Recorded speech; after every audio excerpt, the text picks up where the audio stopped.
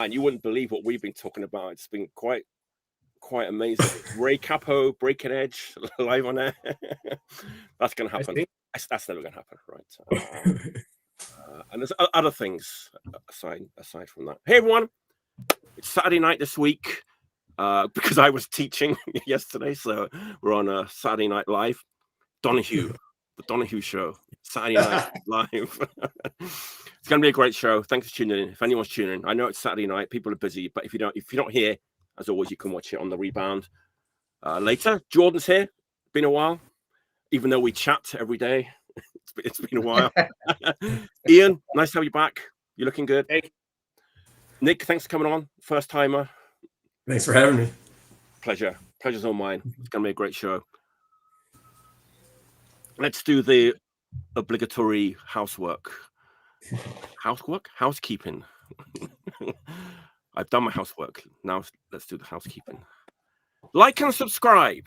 I'm on a subscribe drive at the moment. I'm being brutal with the YouTube.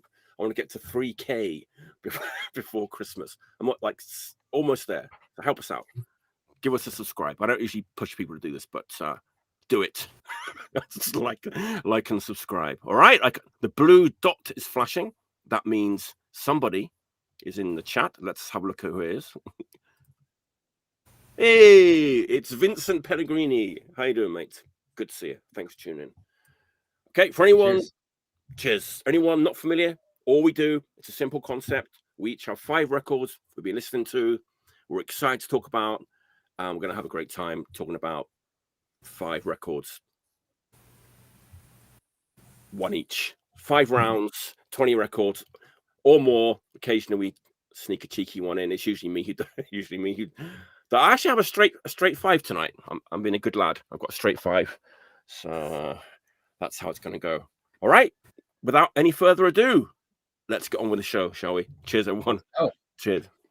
Cheers. And as usual, if you're watching, audience participation is always welcomed. So don't be shy. Make yourself known if you're there. It's funny. I was talking to Jordan the other day. It's like about themed shows and themed rounds, and we did sort of mention the short, sharp shock thing, which I used to do a lot. I was thinking it's time to bring the short, sharp shock back, and I've got just a pick for that. So I'm going to bring back the short, sharp shock this week from Finland. Out of Finland, a Finnish short, sharp shock. Now, if anybody out there is wondering what Otto from Selfish is up to nowadays, he's been quite busy. He's in another band. And I will say, and he won't mind me saying this, I hope, but he won't mind. He's the least important member of this band. He really is. He's the drummer. I mean, drummers are important, but they had a different drummer before him, and they were just as good without him as they are with him. So I just thought I'd mention Otto. Anyway, what am I talking about? I'm talking about this band. It's their 3rd LP. They're on Svart Records, of course, big Finnish independent label.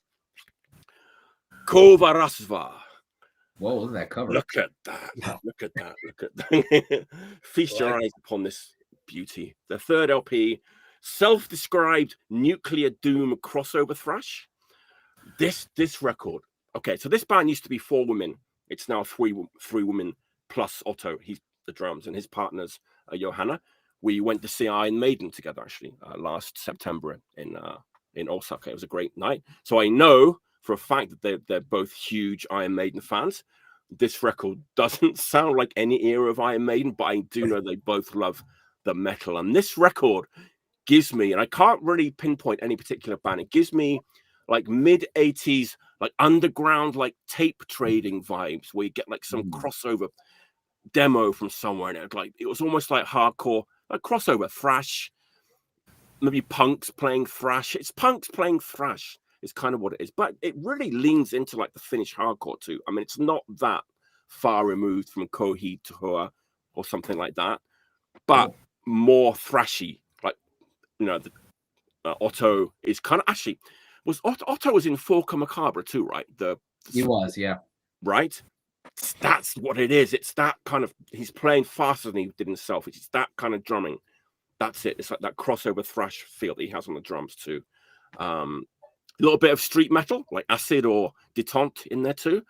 But yeah, cool. Finnish hardcore mixed with like that street metal vibe and like underground tape trading like vibes as well. She's a ferocious singer, great guitar player. There's like little piano interludes after a couple of songs that kind of break things up a bit, but it's ferocious. It's like all slow, or go, no slow on this record. And nice surprise. I've got like a couple of their other LPs. I think this is their best one so far. They're really kind of coming together. But don't be put off if if you're thinking I don't really like metal, and it's not that metally, it just has that. It's when it's like back then. It's the thing.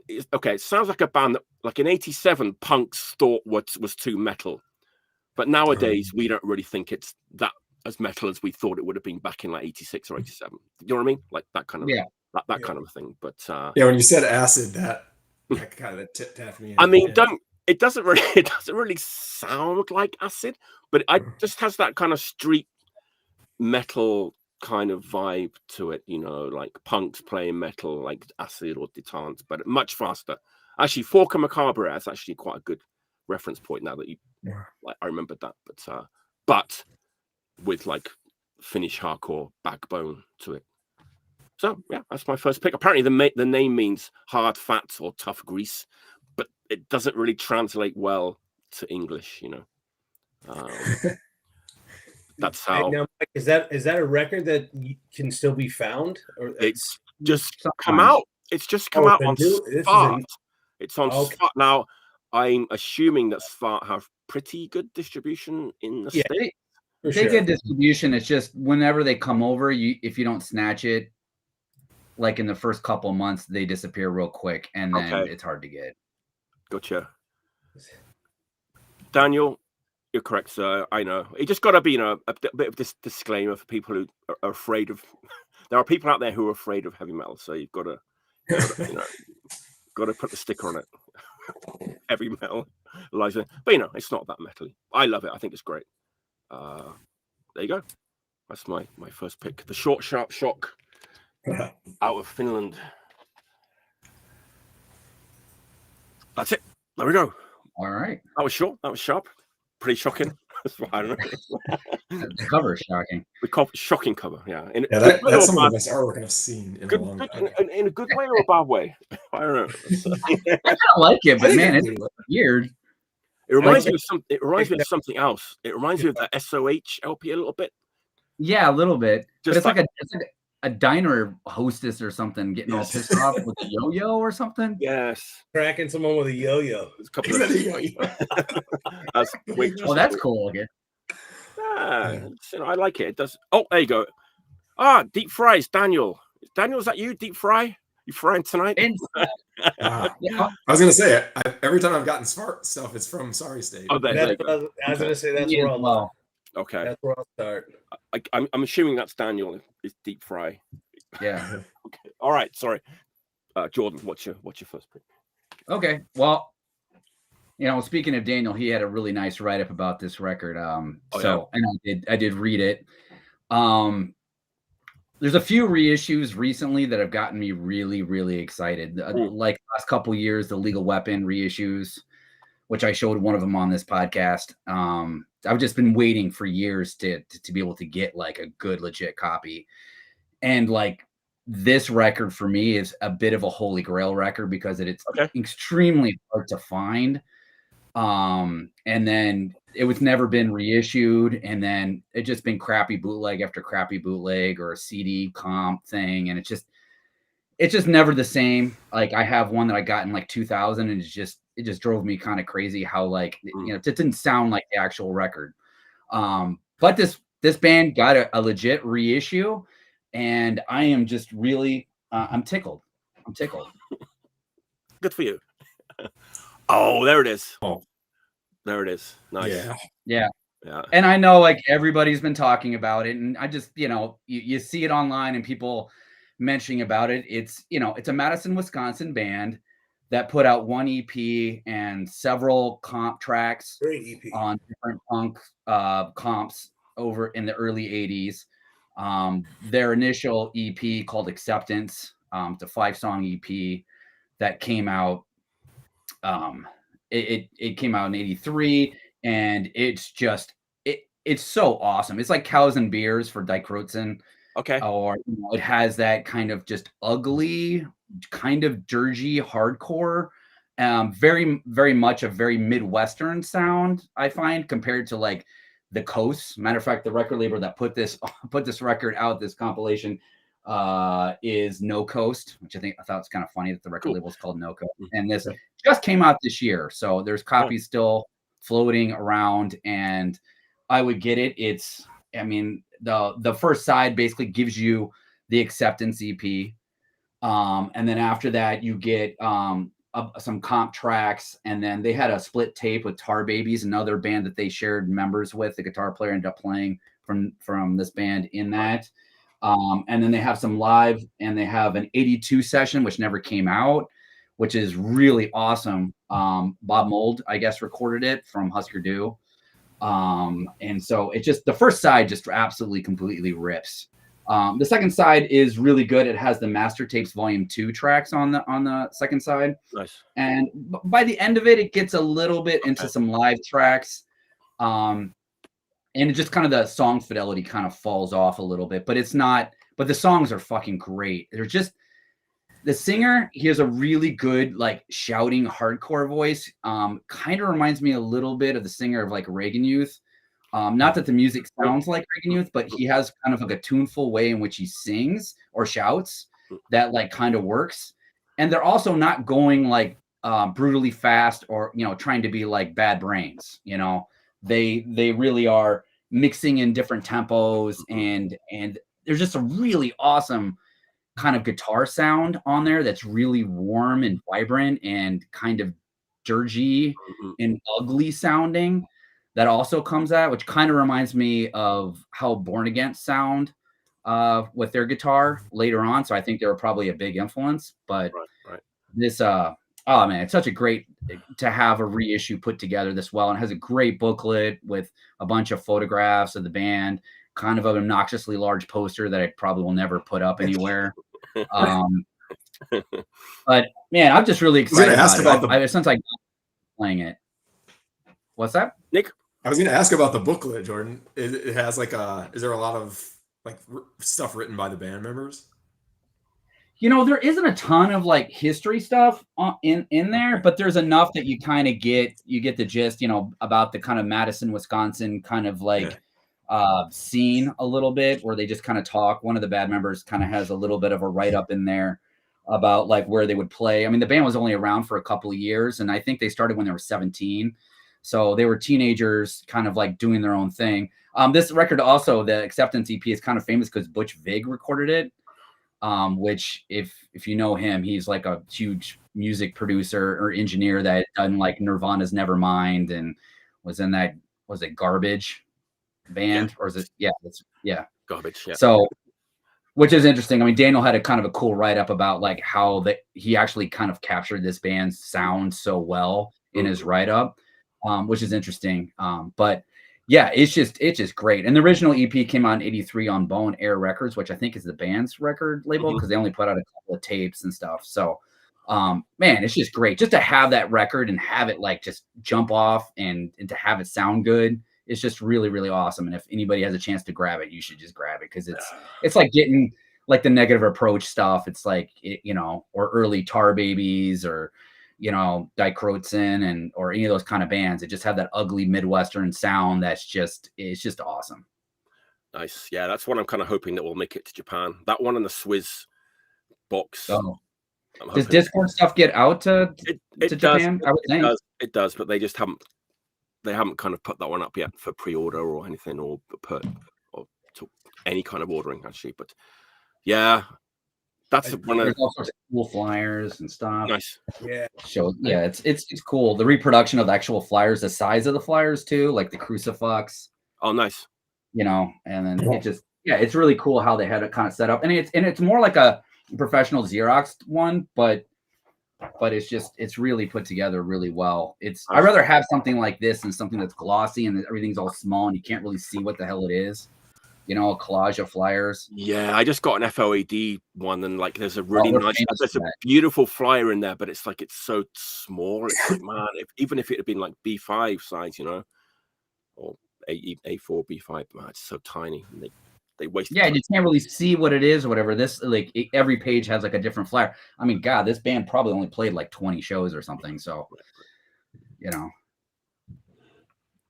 Nice. Yeah, the Acceptance EP is a great record, and that reissue that you just showed, I have it also. It's good. It has tons of great like supplementary stuff, all the comp tracks, and it's not just like one huge blown out live, recording, which a lot of times those reissues are. So yeah, that is good. I like that one. Yeah. Kind of are those 82 session songs different songs? Yeah, they are. Songs?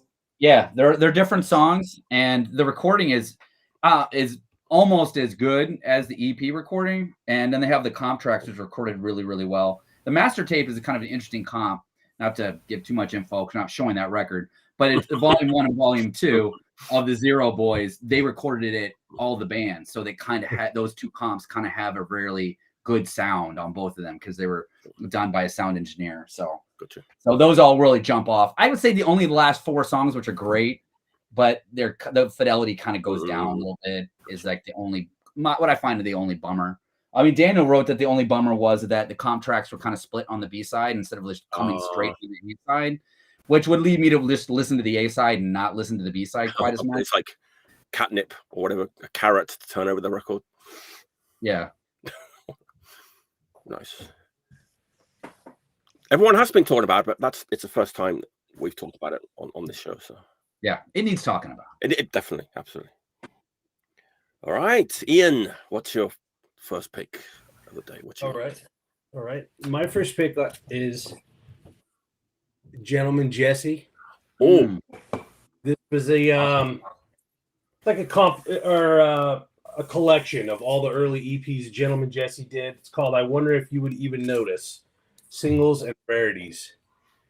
And Beach Impediment put this one out, and I've been on a huge power pop, punk kick. I just love this stuff. It's in a world that stinks, it's one of those things that makes you want to smile. You could sing along with. It's good stuff. But yeah, there's so many great tracks from 7 Inches, and since I hate 7 Inches, I love it. A comp like this comes out, where I don't have to flip the thing, every 5 minutes. So it's got a good number of tracks too. It's like eight of the EPs or something overall put together. It's got over 15, 16 tracks, something like that. So he's great. He really, I thought when he joined Carbonas, that's when the Carbonas I think really went. Okay. Yeah. So he's kind of responsible for a lot of the songwriting in that band. I think it was a mutual thing, but I just felt like, he brought it a little bit further up on those LPs when he joined, in my opinion. Gotcha. What did he join? What was the record he joined right before? I don't remember the well, the Carbonas had a different lineup on their first LP, and then by their second LP, I think I remember when he joined as being a new member because they played a lot in Chicago, and I remember meeting him, and he was super nice and young, and then just kept like writing music. And after the Carbonas broke up, he was like doing this band and just killing it. Yeah, another band, similar genre, the Barracudas. I don't really know how you say it, but that was one fantastic band, and I didn't realize it, but they are Gentleman Jesse's band. I didn't realize that. But okay. Yeah, Jesse and the Men or whatever it was called, like that was them. I guess I didn't realize that. Is he still in Atlanta? Are the Barracudas from Atlanta? I don't even know. Yeah. That was mentioned really way back on the show, and it's like I can't remember who showed it now, but it's one I've been looking for ever since. Never shows up. Yeah, they've both their LPs are really good, and I almost did that tonight, but this one just came out. I don't know, a month or so ago. Oh, yeah. Nice. Maybe a couple months ago on Beach Impediment, and so I've been listening the hell out of this one. Cool. So I chose this instead. Yeah, he's a great songwriter. I kind of like how those guys like Gigi King and Gentleman Jesse all kind of just doing their own thing from that same scene. It's real cool. Nice. Who else? So that's my pick. Beautiful. That's a great first pick. Love it. All right, your debut pick. Come on, Nick, don't screw it up. And this might be audacious to do on my first pick on here, but because this is inspired, I changed my order because of Ian's pick. I might do that too. I've been deciding if I should describe this as a power pop record or not, because I have always kind of heard this band, or when it was happening, defined as a power pop group. It's more of like a solo project, recording project, but very lo-fi garage rock, but also extremely like on purpose ramshackle kind of weird noisy elements and just kind of all over the place. But this was a band that I felt like at the time it was like a little out of my own like wheelhouse, but I just really latched on hard to it. And it was a guy, his name's Daniel DiMaggio from New Jersey, playing under Home Blitz. And this EP, it's an EP, 5 songs called Weird Wings, put out by Parts Unknown in 2008. And this was probably the first record I heard of his or theirs. And it's like, there's something about, like, I was never really a big like garage rock kind of fan or whatever, but it has something, so the sensibility of it is so unique, I feel like, and he sings in kind of like a falsetto that weirdly reminds, I think this is not no one else would probably think this is correct, but like almost reminds me of like Prince singing on the rock songs that like on like Dirty Mind, like Wish You Were Mine or When You Were Mine, like it kind of like weirdly reminds me of the vocals on that. But way more out of tune and just off. And there's a song on this EP called Flying. That's like all the songs are about a minute, except for the last song on it is a Slade cover of My Town. But they're all like extremely like filled with leads and quirky little twists and those like random kind of noisy little ditties involved. I don't know. Is this a band that people talk about, know about? I honestly can't really place what people think about this band or if they think of them. I've seen it covered, but I've never heard of it. Okay. First time seeing, and I just kind of, the thing about him is I remember like I don't want to reveal one of my later picks because I kind of lumped them together, but he like did some radio show and I saw a playlist where I was like, whoa, he's like playing Negative FX and then like this British folk rock music back to back. Just somewhat of like a foreshadowing, but I'm like, he has an interesting array here. So I just kind of, I don't know what he's really done since. I feel like I've kind of lost touch with what his like music projects have been, but he put out a bunch of records under Home Blitz over the course of like 10 years. I really enjoy all of them. That's when I hear that name, it's funny because Homefront, a band that's mining, like second LP Blitz, and I didn't know there was about an actual band called like Home Blitz. Oh, that I didn't even think of like that as the double entendre, like if it was like a reference. I don't know. I mean, that's as soon as you said that, that's what I immediately thought of was Homefront, like Homefront, second Blitz like record. So yeah, I'm sure it couldn't be lost on him. I don't know.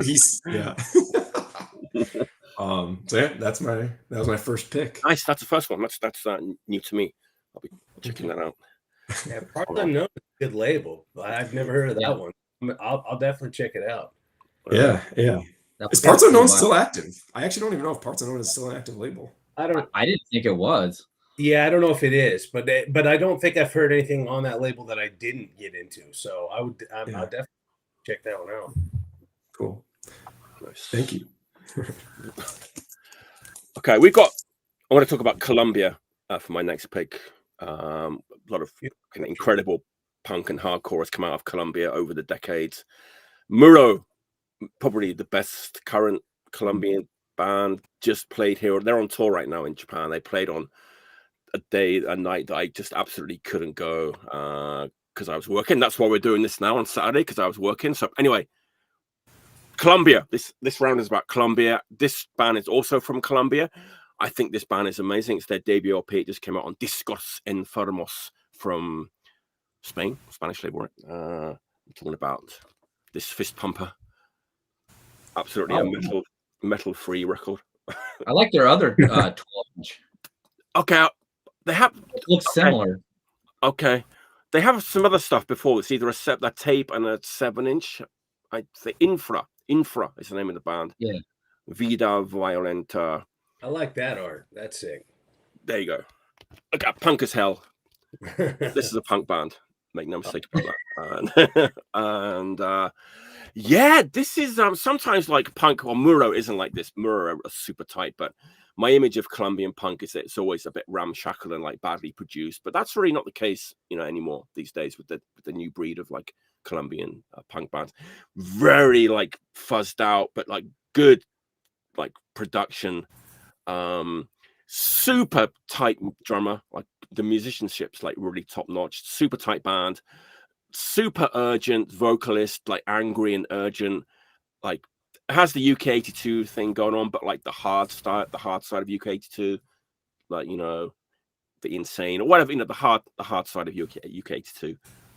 It's not pogo punk. It's like fast and aggressive. The bass player is like all over the. What do you call the thing? The fretboard, the neck, the bass, like which really adds to it. It's like there's all these like super catchy little bass licks going on in the background. There you go. Daniel knows. There you go. The bass tone, yeah, it is. It really adds something to it, man. Like all these lot of like, you're really like paying attention to the bass, but the drumming's also amazing too, and the fuzzed out guitar tone. There's kind of so much to kind of latch onto when you listen to this record. It's really engaging. It's super catchy as well. It's one of those like, you want to pump the air with your fist and sing along and drink about 10 beers and like jump around. And yeah, this might be in my top 10 for this year as well. I think the drummer is in Secta Suicida, and the guitarist is from Tumbas, but like it's a bit vague on Discogs, like who was in who and who's still in the band and who isn't, and this, that, and the other. But saw them compared to Prima Regimen. I don't know if that's a fair comparison. I can hear that.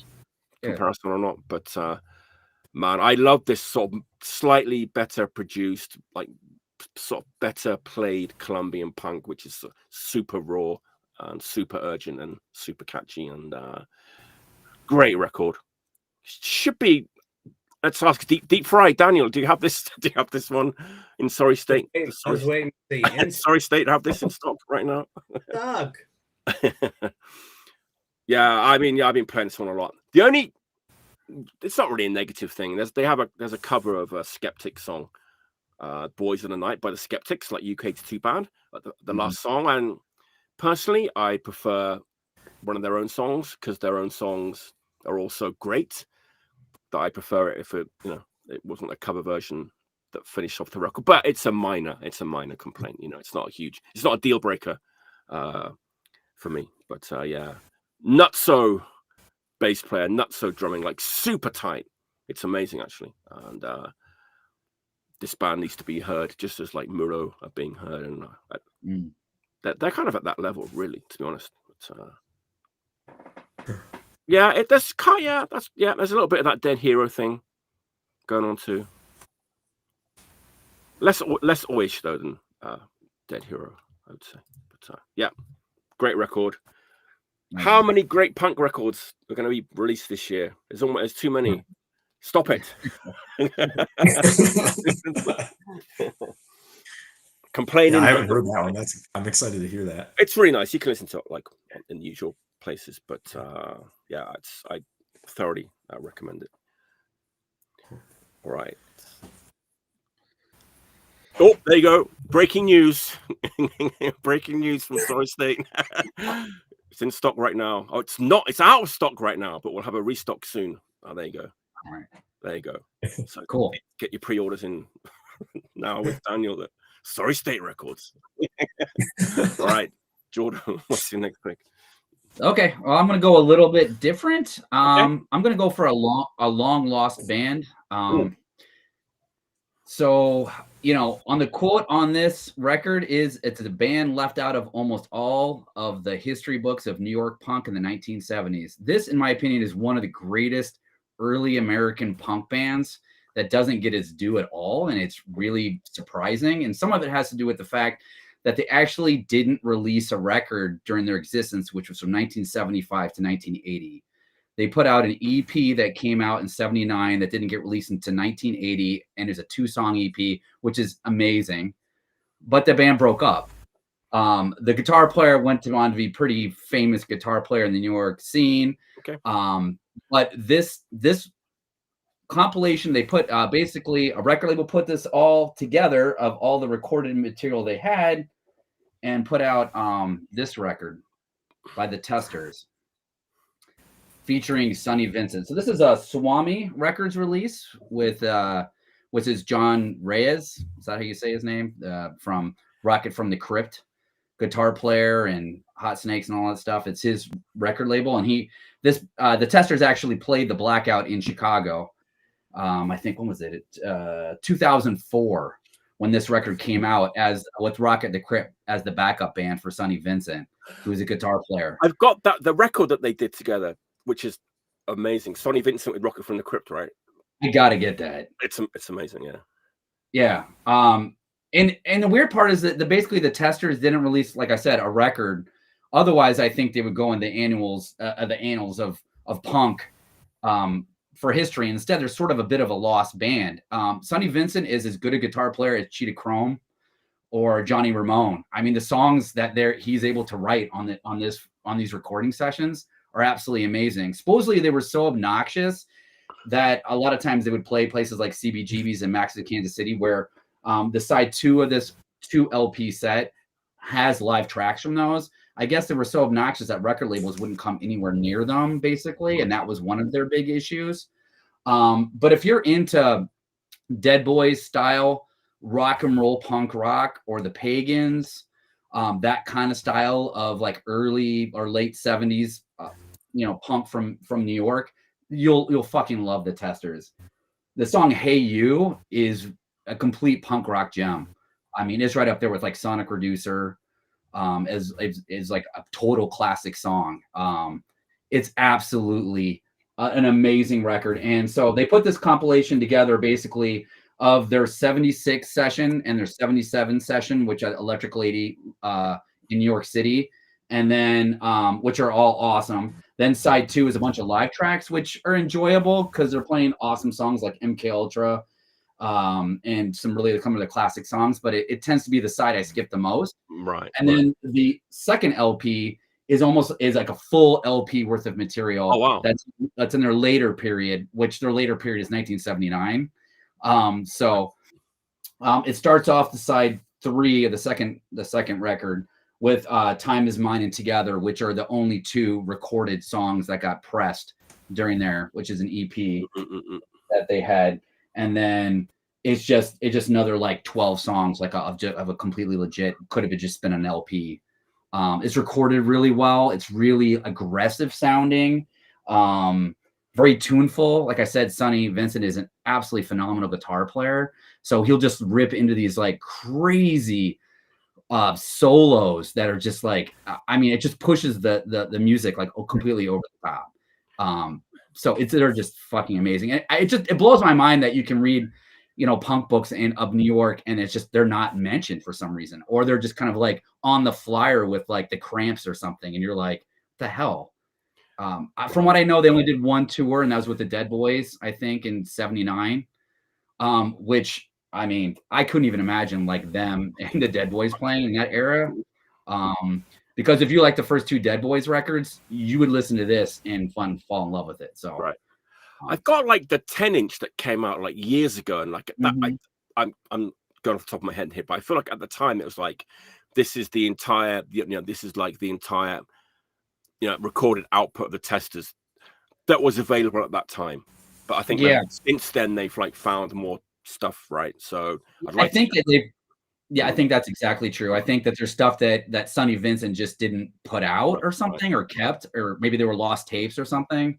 That's what this was basically like, I'm putting it all out. Okay. And they just put it all out and just threw it out. Alien Snatch Records from Germany just 2 years ago redid this record with a different color. So you can find that, but both of these are getting a little pricey. So I will show another record of the same band that has some of the recording material. So the testers, and you can kind of see this reflective. Prime Primitive 70. This has the 76 and 77 recording session, minus 2 songs, oddly enough. So on the first side of this record, and the second side is a bunch of live tracks. I'm only showing this because you can actually get this right now. Okay, nice. So you can actually order. I think it's green. Oh god, it doesn't even say on the back. Green Room Records or something. But it's out right now, and it came out this year. So if anything, you could get one side of that 76, 77 sessions, which has Hey You and MK Ultra and IC. It just fucking kills. So good. I saw him. He came to Japan, like Sonny Vincent, but obviously playing a lot of Testers songs. It was wild, man. He's he's a bit of a like, I don't know. He's kind of a little neurotic. It's a little bit, you know, I am New York punk kind of thing, you know. And he didn't get his due back in the day, so any little bit of kind of, you know, attention that he can get now, he's kind of lapping it all up, you know. But I think the band that he had was I'm pretty sure that when he came to Japan, that I want to say this, and maybe someone can correct me, but I think the drummer he had was the drummer of the Rough Kids. Oh, okay. And those Rough Kid guys are always playing back up, huh? LPs out on Sorry State Records. Like, yeah, I want to say that he was the drummer on that tour, and then the bass player, the other members were from like Japanese garage punk bands. But he was like, it was amazing to hear those songs in a tiny, like little sweaty club, you know, on a Friday night. So good. Yeah. When you played with Robert from the Crypt guys, I'm pretty sure I never heard the Testers. I was just like, man, you're in for a treat. It's like, honestly, like Jordan, it's some of the like best punk rock, you know, of all time. It's incredible. It's crazy how good it is. I'm not even trying to exaggerate. Like what he says is true. When you hear that 76 to 77 session, you're just like, what the fuck? Because it's way more aggressive than the Ramones. Mm-hmm. Like you can see like how bands like maybe like the Germs would be influenced like 5-10 years later. Like that's kind of how it. Well, maybe not that late later. But I can see how he's a little bit annoyed that like what you're saying, like how he didn't get his due, and I can see why he's maybe a little bit bitter because like he's like basically I invented this shit and like you know nobody, you know, and I'm still playing to people on a Friday night in Osaka, you know, like so I can. I kind of feel I get where he's coming from, you know. As a podcaster.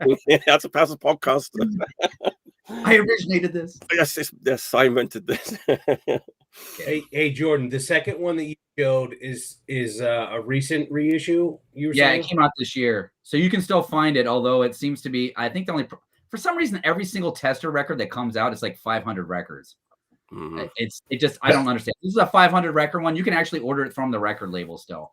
Okay. The only weird part about this record is like, dude, there's so many fucking songs they could have put on the second side. They put 5 live songs from Max's Kansas City, which is also on the double LP.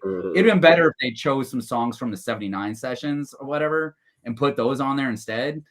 That's my only complaint about it because it's like you only get a fourth of the music. Volume 2.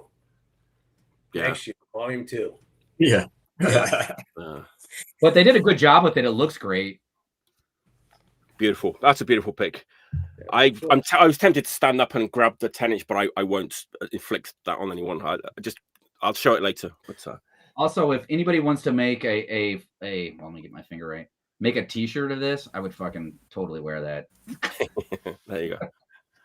Nice, classic New York punk, as invented by Sonny Vincent. Old Sonny. Good old Sonny. Hail Sonny.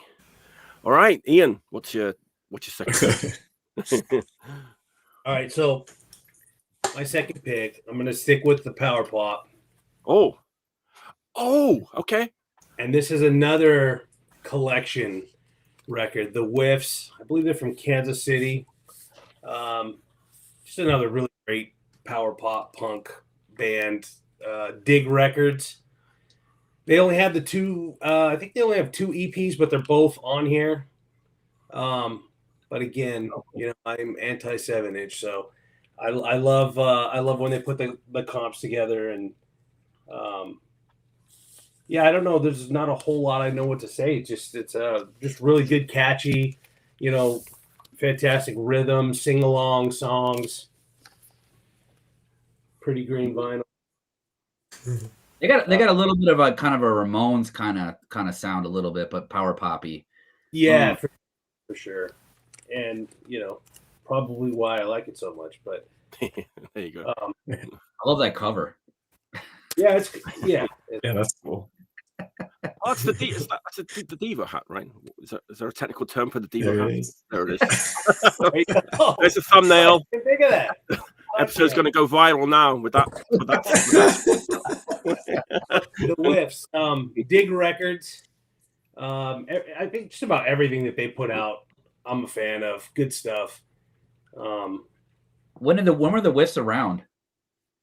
Do you know?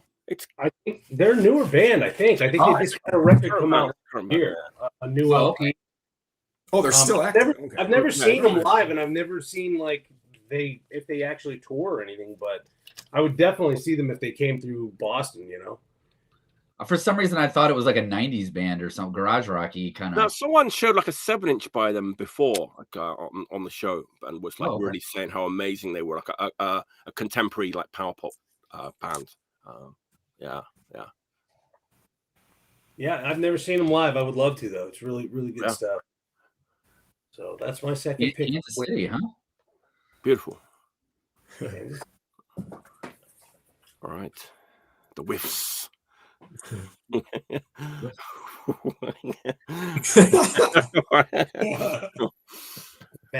Honestly, I think we did say it the last time we were talking about that band, the 7-inch. I think we were sort of saying it's like not the greatest name, but hey, there's a lot. No, the name just stinks. It's a name. Nice. What are you gonna do? I mean, it's not anal cunt, but it's a pretty shitty name. I should put scratch and sniff stickers on their records and just lean fully in. All right. Their second LP is a scratch and sniff too. It's really cool. Remember that? Oh, it really does. Scratch and sniff stickers. Yeah, this smells like bananas. It's delicious. Nice. Cool. All right, Nick, what's your second pick? All right, I have to warn you, Ian, to close your eyes because this is a 7-inch. So I'll try to hold it in a way that makes it look bigger than it is, like a perspective. Story of my life. But this is a band. I picked this record because I do listen to it frequently, but also because I feel like it's one that gets lost in the weeds a little bit. Came out in 2016, and it's kind of one of those bands that was like members of a lot of bands that I think got a little bit more noticed. People in this band were in are still in bands like Restraining Order. There was a band Squirm without the U and I, like that band that had like a Youth Attack LP. Free Spirit, Hoax. The drummer was in Hoax, and a million other bands. They're from Massachusetts. I think they're a combination of Boston and Western Mass. If that member group is correct. And the singer of this band was like a philosophy PhD candidate at the time, and like I think is like gone fully in, and like writes a really cool newsletter that emails out about just like every form of media, and like that's how I keep up with like movies and video games that come out, even though I don't play video games. But it's a band called they're called Depths of Reality. It was on Expressions Records. They're not a straight edge band, like definitely not all the members were, but they're kind of like a straight edge adjacent kind of sounding band, which I tend to have an affinity for. As someone who hasn't been straight edge for a long time, but still like really, really likes hardcore like that. And so I don't know. I'd say again, so here's the record again. Oh, hold on, sorry. Wait, this makes it look like more like an LP. Sorry, Ian. There we go. And you see the back here. You can see there's a fist pumping. It's a 2-guitar, like very layered sound, and like I think one thing about it, knowing just like the people in the band and like their kind of like level of investment in the music that they make, like I don't think it was an accident that it's kind of like a little out of tune, but like just barely enough to be a little dissonant. The songs are all like very, very I don't know, like parts that like you look forward to in every song, and it's like a 7-song EP, which I appreciate always when there's like a good number of songs on a 7-inch, which hopefully saves it, makes it almost a little more like an LP. And they like very thoughtful lyrics. The singer, like when they play, I saw them 3 or 4 times live. Like his name was Miguel, and he was like always very like fairly like small in stature, but like extremely big presence, jumping around, very like just a very involved live performance that I always thought kind of elevated them. And I went, they had a demo in the 7-inch, and that was it. And I just kind of was always surprised that it didn't leave more of a mark. And this is like definitely a record I think you can still get on Discogs for like a couple bucks now. And yeah, I don't know, I just really love the record. I listened to it really often for a record that came out almost 10 years ago, and just like have very fond memories of this band. What label is that on? I don't know them. It is, oh yes, like someone said the demo tape is a little goofier but awesome. But yeah, I really like the demo as well. Expressions Records, which frankly I am not well versed. Oh, whoa, my finger's going the wrong way. I'm not well versed in Expressions Records, but I think it's like Expressions. So I think maybe it's even more of like a straight edge focus label based on that. But yeah, I know they're definitively not a straight edge band, but they may well be if you didn't know that they weren't, if you know what I mean. Right. So, yeah. Yeah, that's my second pick. Nice. Yeah. Cool. Daniel's got a demo tape. There you go. What he says here. Yeah, Ian, you gotta start running that name around. I'm sorry, what did Ian? What did you ask? Yeah, no, I'm a fan of all the bands that you mentioned to have members of, but I'm surprised. Okay. Good. Yep. Yeah, Right. surprised I never. You should heard check it of out. I think you'll like it if you like all those bands. Like I actually like it more than any of the bands I mentioned, I think. But I'm like a big super fan of this record, so you know. Yeah, check it out. Nice. All right. There's a label out of the UK, and I'm kind of repping it behind me. It's Wrong Speed Records. It's behind me. I think you can see it. I love Wrong Speed Records. They're very like a label that puts out a lot of different kinds of music. They put out the band Irked, who I love. They put out my best, one of my favorite records of the year, the AAA Gripper record. I just got one of their newest release. It came out on Friday in England, but I was lucky enough to get one a little bit in advance. It's out now. It came out on Friday in England and the UK on Wrong Speed Records. This is my most played record of the week. It's kind of a deep record, and I haven't like 100% got to grips with it yet. This is something else, man. I love this record so much. I'll show you the name of the band, and you might have a clue about or guess about what they might sound like. The name of the band is Kling Klang. Record's called Half-Life.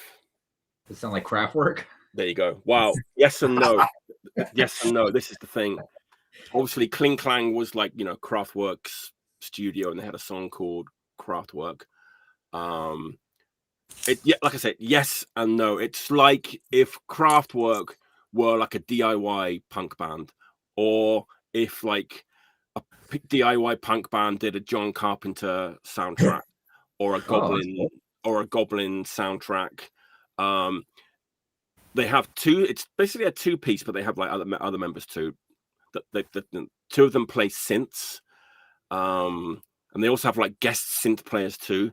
But it ain't synth pop. It's like at times it's very song driven. Other times it's very like cinematic and like soundtracky, like a Goblin thing or a John Carpenter thing. It's kind of ominous at times and like, Jesus Christ, like what's coming next kind of thing. Then other times it's very like upbeat and like Goblin do. They can juggle between like both dark and light. This band does that perfectly as well. And I love the synth sounds are so great on this. I had to ask, it doesn't say what synths they use, so I had to ask Joe, and he asked them, and like, this might mean something to someone who's into synths. It doesn't necessarily mean anything to me, but they used a Juno 60, an SH-101, a Korg Delta. I'm familiar with the Korg Delta. Yamaha Kids synths. That makes a lot of sense. That cheap kind of keyboard sound. PS Range Realistic MG1. Yeah, so 2 synth players. They got a drummer as well and a guitar player that doesn't appear on every song. It's instrumental. It's all instrumental except the last song, which it's funny. If anybody like followed like Man or Astro Man like through their career and then suddenly they got that 10-inch, that 1000X, and they had like songs with vocals on, it had the same impact on me as that did. It's like it's the last song on the record, and then it's a song with vocals, and it's kind of very like post-punky. And it kind of has that dark feel to it too, that those like Man or Astro Man songs. But this isn't surfy at all, but it has that same. It kind of reminded me of that, an instrumental band that suddenly has a song with vocals at the end of the record. Apparently, they've been around for like almost 20 years. This is their second record. They're actually members of another band called Part Chimp, who are kind of a bigger like rock band. But man, I love this record, man. It's Kling Klang, Half-Life. Or some super bright yellow vinyl. This is basically this is Bill Malloy core. That sounds like, but it's not motoric though. Not really. It's different. It's like a soundtrack. It's like Goblin. It's like John Carpenter. But like I said, if a DIY punk band was attempting to do a Goblin soundtrack or a John Carpenter, love it. Might make my top 10 of the year. I don't know. We'll see. But love it. Absolutely love it. For all you Bill Malloys out there. See one out there. Yeah. I love the label, man. Joey's a regular viewer and very diverse label. He doesn't stick to one thing, and very, he needs to be mentioned just as like La Vida Essenmus does. He does much less hardcore punk though, but very important like label out of the UK that puts in the work and is 100% DIY. And if you can support Wrong Speed Records in any way. Yeah, it doesn't sound like Man or Astro Man, but like it's just that thing where you get the song, with the vocals on it that kind of comes out of nowhere. It kind of gives it that, that feel. I'm glad they put that track at the end, because it would have been weird if it was the first song and then every other song after was an instrumental. But it works. It works really well as the last song on the record. There you go. Kling Klang, Half-Life, Bill Malloy core out of the UK. All right, Jordan, what's your next? All right. So this record has all the Jordan trappings. Atkins core. It's not Malloy core at all. Okay, Atkins core. It's Atkins core. Okay. I guess. I don't know. Whatever. It's no core actually really involved. It's sing along choruses. Has a harmonica on one of the songs. There's a siren that goes off at the beginning of a song. A fourth of the record is sung in French. Oh, not all of it. It's kind of weird because they're from Lyon, France. Claimed choice. Claimed choice. So this is Long Shot Records, and this is came out this year, and it's a 12-inch. It's a 8-song 12-inch. And it's, there's a lot of oi, hardcore oi that's going around. Some of it's awesome. Like I love Syndrome 81, Lost Legion from Chicago. There's so many like really awesome bands that are doing it. This band is a little bit different. They're playing more like the pub rock kind of oi, the kind of Slaughter and the Dogs, second LP, Bover glam, heavy hooks. If the singer wasn't gruff, it could be a pop punk band. Do you know what I'm trying to say? Like it's that hooky all through it. It's very boot stompy. If you're a fan of, Chubby and the Gang's first record, it kind of has a little bit of that feel. Just it's very, like I said, boot stomping.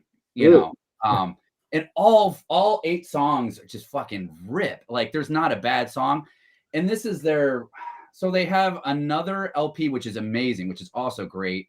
They have a split LP with No Heart, which I actually haven't heard, which I heard is good. And so then this just came out this year. And they might have a couple EPs in there too. But I think this actually might be my favorite record by them. And their first LP is fucking excellent. I mean, these and look how tough they look too. I'm afraid. Yeah. On this guy. All right. No, this guy right here. So I saw them play at One City Tap, which is kind of a shitty dive bar on the south side of Chicago. And I didn't know them actually. And I was just like, it was kind of a cool show. And I was like, I'll go down there and check it out. And that gentleman right there was playing guitar, and he kept stomping while he was playing his guitar, and almost stepped on my foot multiple times. He was boot stomping me out of the bar. He was claiming his choice to So he claimed his choice to beat me out of the bar. No, they were a very nice band. They were fucking awesome. They ripped. Sometimes Where it's are they good from? to hear some. Jordan, are they from California? No, they're from Lyon, France. Oh, well, there you as go. he said at the beginning of this Same thing. speech. Yeah. Did they bring the siren for the tour? I did not hear the siren of the tour, nor the harmonica, which I do enjoy both of those. Like any cliche you can think of, they're throwing in there. But it works. How it works. It works. It really works. It's really freaking good. That's all I gotta say. Claim choice. And the record's called Genuine Crafted Noise. Wow. Like crushed beer cans. Very Andy Warhol-y looking. Right, yeah. Right? Yeah. So they're from France. They can be artsy fartsy.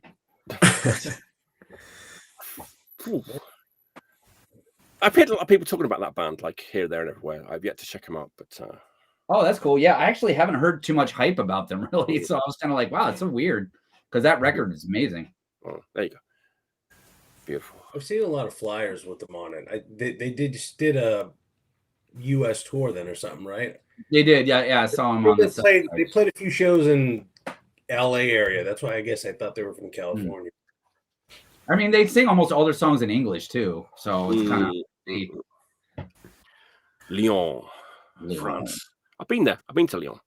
I have as well. Oh, didn't see you there. No. I played a show at the X, which is really cool. Okay, I probably went there before you did. This was 2007, I think. Okay, I'm talking like 1992, I think. Oh, yeah, I was in high school. Bill wasn't born yet. All right, Ian, what's your next pick? Okay, all right, I'm gonna share this one. This is a I can never get the angle right with the camera. Is that the Ghostface? This is Ghostface Killer Supreme Clientele 2. 2. Wow, I didn't know there was a 2.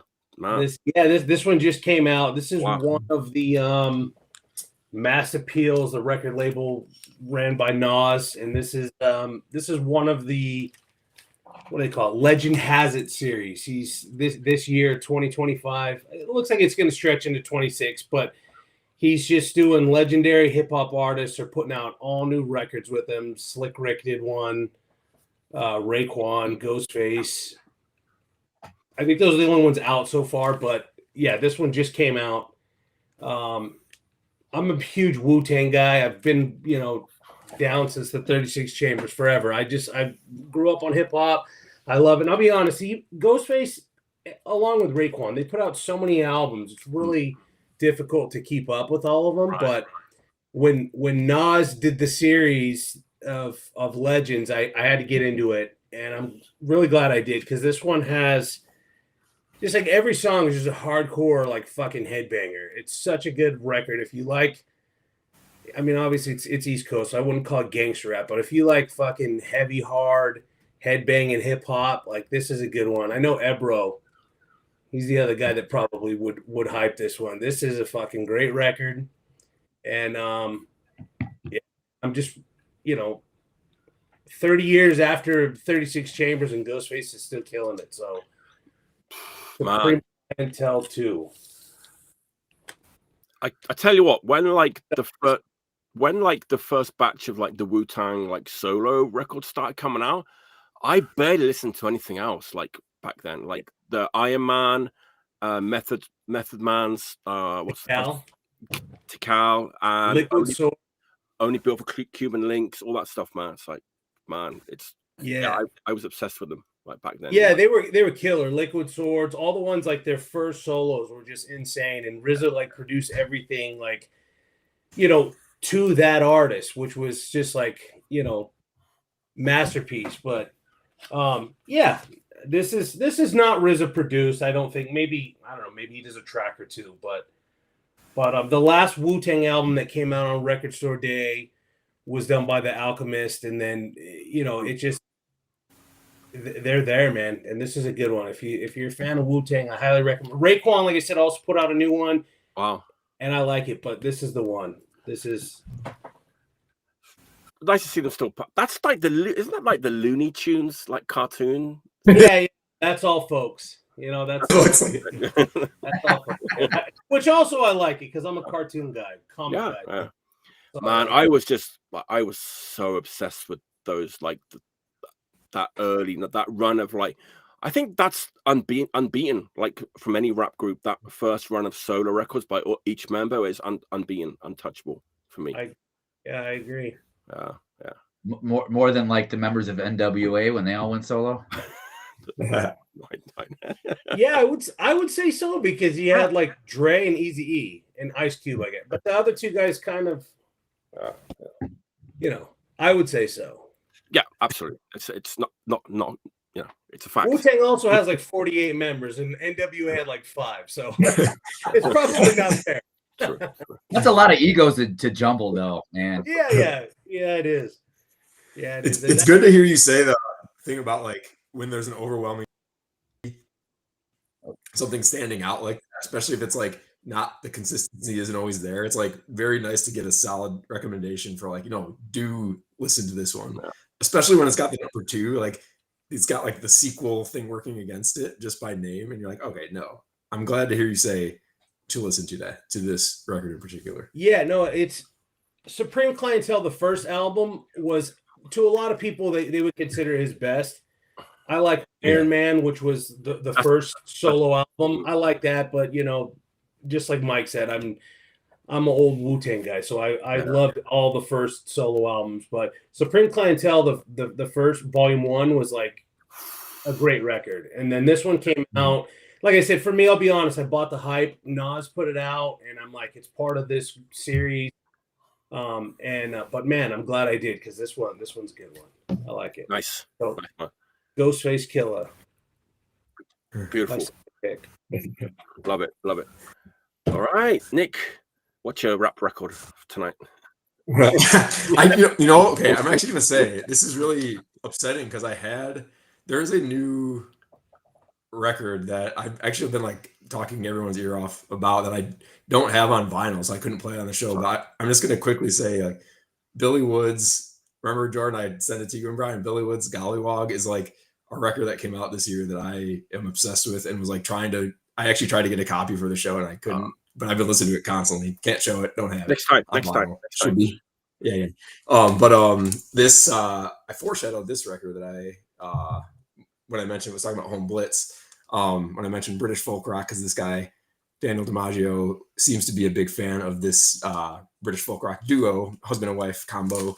And I noticed I didn't get a chance to see this episode, but someone did mention Fairport Convention. Did a Fairport? It might be my love. I love Fairport Convention. I love Sandy Denny. I love all that Hobbit folk from the like. I do too, and like I know there's like all kinds of cheese factor in a lot of it, but I actually think that this okay, good. I appreciate you saying that. This record in particular, like this, like husband and wife duo. I can't guess who it is, but maybe I can, but I won't. I'm scared to. Yeah. I bet you just. It's Richard and Linda Thompson, right? It is. And the record I chose of theirs is Pour Down Like Silver. It has kind of like a dual cover of the two of them. Jesus and Mary. Say it again. Kind of Jesus and Mary back there. Yeah. Well, interestingly about this record, first of all, they, British folk rock, Richard Thomas was in Fairport Convention, and I don't know exactly, forgot the terms they left on, but did a string of records with Richard and Linda Thompson with his wife at the time. The marriage ended very tumultuously poorly.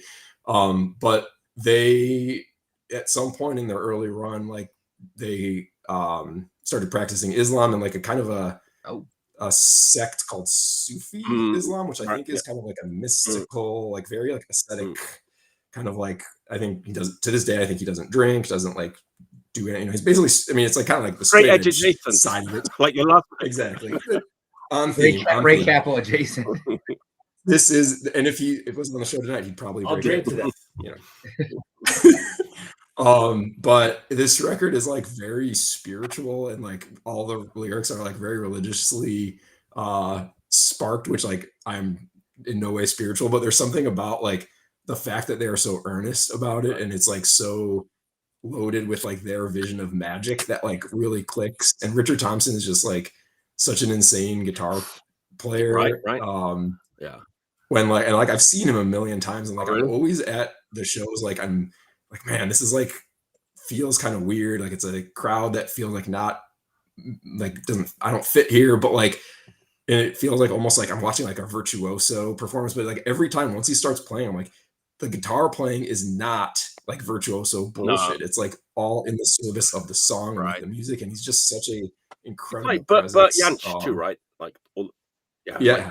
Yeah. Did they play together? Yeah, I actually don't know. I think so. Yeah. They were both in Fairport, right? Is that right? I'm just riffing off. That's probably probably correct. I'm sure you know, because like Fairport, I have several other records, but like I'm not as deep into the lore as I am into like Richard Thompson. I mean, they get worse as they go along. Well, not actually, that's not true. But like, you know, Legion Leaf is obviously the classic Fairport convention. Yeah. Yeah. I only know that one in like Full House and a couple other. They're the best too. So there you go. Oh, okay, good. Actually, there's another one, but that's like top 3, 1 and 3 maybe. Unhalf Bricking is another really good one too. Oh, that name is familiar, but I don't think I have that one. But whereas like Richard, I still buy like the new Richard Thompson LPs as they come out. And I still go see him every chance, every tour. He's getting up there in age, so I'm like, every time feels like, who knows. Didn't want to miss a chance to put a little plug in. That's amazing. That's an amazing pick. I'm so happy to see that, because I'm all about it. I've got so many recommendations for you. I can go pretty deep. I can't wait. Is Steel Eye Span in there? I know Steel Eye Span. I am basically a Shire dweller that's living in Japan. I love it, man. I've got I've got this band called the Trees, who are also a folk rock band, as a box set. Well, after the show, I've already showed you. Yeah, absolutely. I would love to. These two can go off and do something else. We'll talk about Hobbit rock. All right. I haven't got any. I wish I had now. I had a pick, but I didn't pick it. But there you go. It doesn't matter. It's my amateur hour. I'll be right back. All right. Cheers. Should we wait for him to get back? Nah. It's my turn. Talk about Hobbit rock if you want for a little long. That's okay. I've had enough of that. We're only me and Nick. The chat has gone a little dead. That's true. Wait, there we go. Sandy Denny. Someone got it. Sandy Denny is amazing. Oh, Pentangle was another one I was going to throw out there. Oh yeah, I know Pentangle. As everyone should know Pentangle. All right, it's my turn to show some punk is how this band called, Australian band, which kind of ties in. I was going to show it after Ian's power pop pick, but I held back, and then Jordan showed like the claimed choice. So yeah, it's next in my pile anyway. But this is an Australian band. If anyone was disappointed with the new Civic record, now I haven't heard all of it, but I thought so. Australian punk rock is not dead. There's still great Australian punk bands, and this one, not that I've heard them all, this one might be the best Australian punk rock record of the year. It's their 3rd LP. It just came out on Drunken Sailor Records, which is another label that is a pretty high hit rate with what stuff they put out. It's The Unknowns. Oh, looking from the outside. Okay, remember that time when we discovered that band Class? That band was fantastic, right? I had the same feeling about this band. It's like any of these songs could have been like on a Kill by Death, comp, or or a Bloodstains comp, and they, sometimes it's real like 77 punk, sometimes it's like punky power pop, sometimes it's more like Australian like rock and rollsy punk, but every song is just like a hit single in a better world. And I just kept thinking of Class, who don't sound exactly like this, but it has that same feeling of like this band just like write such amazing songs. And this is probably their best. It's their third LP. I think it's their best one, the strongest LP. Like, it's just no bad songs on it. And if anybody remembers the band Last Words, they're like the first wave Australian punk band. They had a single called Animal World and a full length. At times they remind me of that band because like Last Words moved to the UK, so they had like the Australian stuff going on, and then they picked up the UK influences too at that time. So this band reminds you of that because sometimes it's very Australian sounding, and sometimes it's very like UK, like 77 punk sounding. But like, yeah, every song is a hit. Like Raw Records punk, Stiff Records punk, whatever you want to call it, pub punk, man. Like I said, there's just like too many good punk records coming out these days, and this is only adding to the problem.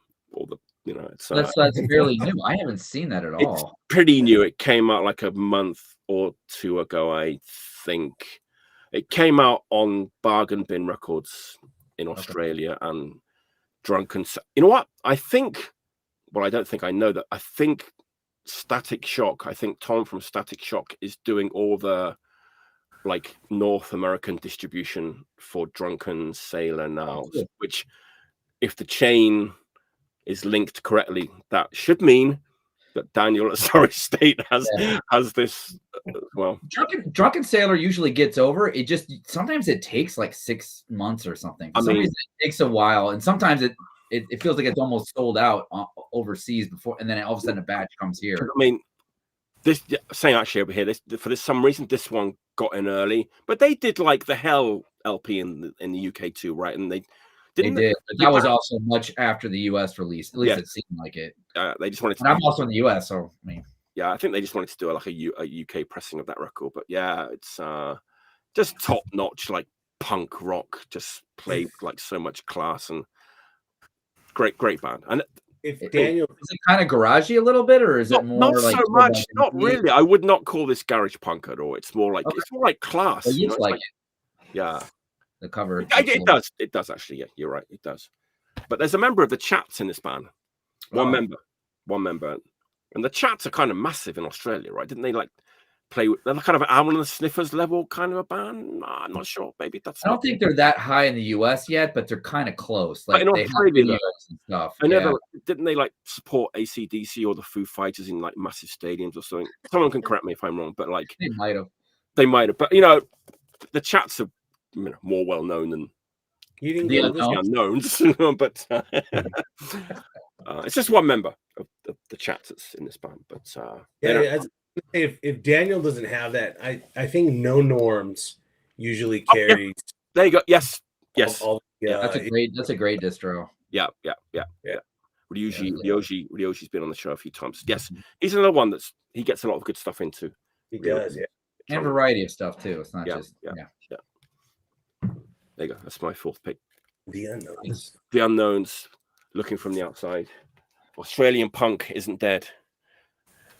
It never will die. No. That was just like my build into this pick, but sure. It's kind of like Montreal hardcore. It'll never go away. It's just always been good. And Hobbit Rock will never die. Remember that. Never.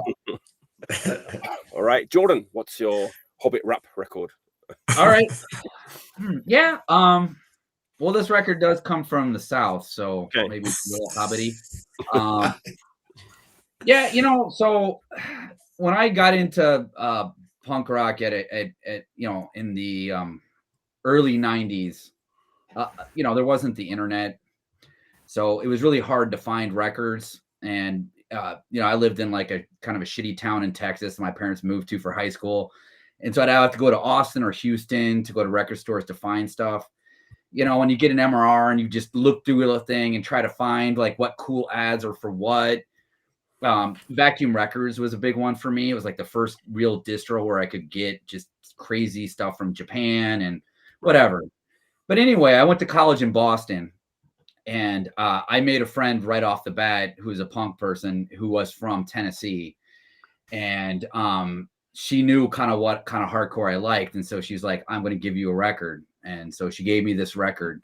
And this record, I think, is a little bit of a hidden classic, mainly because all the members of this band have been in like extremely popular hardcore punk bands for decades. And this, for most of these people, were their first band. This record came out in 1993. Cop Out.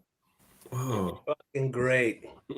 Love that Absolutely. Some kind of a, for me, like really kind of like knocked my socks off, you know, when I was that age, when I finally got this record.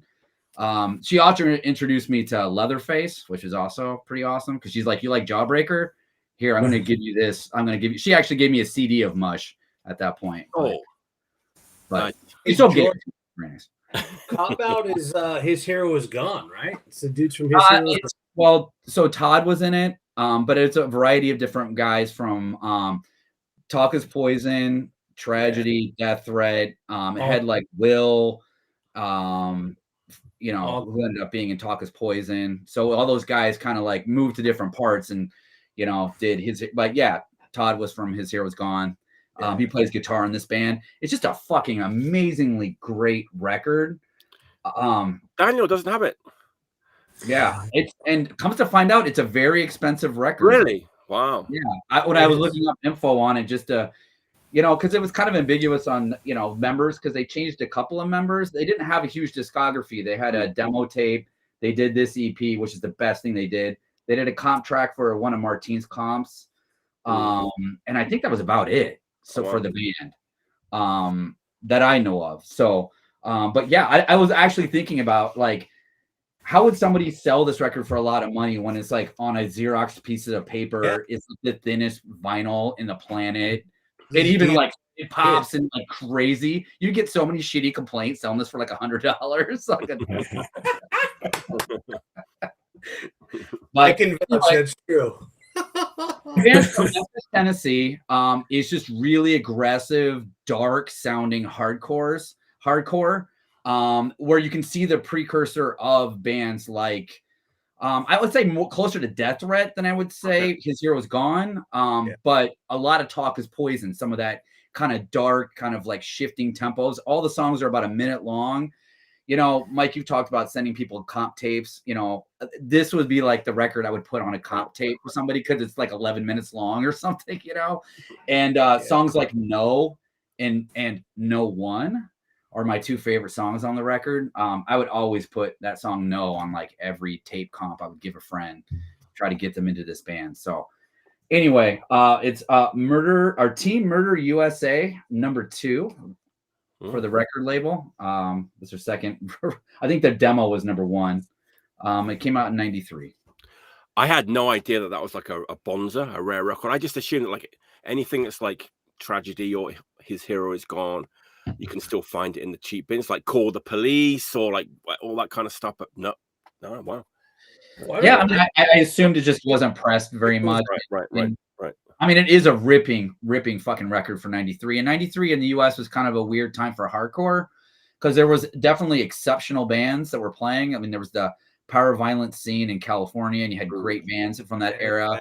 You know, you had Los Crudos, you know, you definitely had these pockets of bands, you know, bands like Econochrist and the, you know, and from the South, and bands like this. It's black. I'm so disappointed. You know, and there's like Born Against and that whole ABC No Rio scene that's going on. It was a weird time for hardcore because there was also an influx of like San Diego emo that was kind of drenching a lot of the popularity in the US. And then there's just bands like this, and you're just like, it just kicks, it hits you. Beautiful. Yeah. They had 2 7-inches, right? Was the second one a split 7-inch with what the hell is that band's called? They're decent. Face Down. Okay. Yeah, which I believe Todd's brother played in, which I'm drawing a blank on his name. Paul. Yes. who was in Criminal Damage. I believe he was in Face Down. Okay. At least that, or he has a face down tattoo on his chest, which I always like found that interesting. Who doesn't? I don't. That's a good one, dude. Cop Out. I love Nice. that record. Nice. Be nice if they put all their input on a 12 You know what?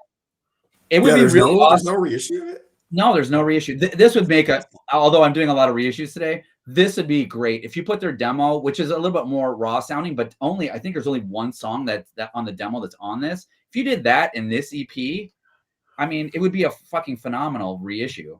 And the split tracks. Somebody get on it. Split tracks and the comp track. You got That is nuts that it hasn't happened. There's gotta be, they just must not want it to happen, right? I don't know why. Okay, there was a tape apparently that Daniel's saying there was a kind of tape that came out in 2017. I assume that was their demo, but of a comp tape of everything. Pop out Okay. stuff. Yeah. Interesting. No. Nice. All right, Ian. What's your next pick? All right, my next pick, and I'm kind of embarrassed to say because I know I don't know nearly enough about this band as I should, but they are touring, and you know they just announced that they're touring with Megadeth, and I got super stoked and bought tickets. So I've been on this like never-ending Iron Maiden spree. Especially when I'm at work, it's great to listen to this shit on, while I'm driving. But Power Slave this might be my favorite record by them, and it's hard to say because they have so much great output, so many great records. But fuck, I can listen to this thing. I think it's only like 8 songs or some shit, but like one of them is like 18 minutes long.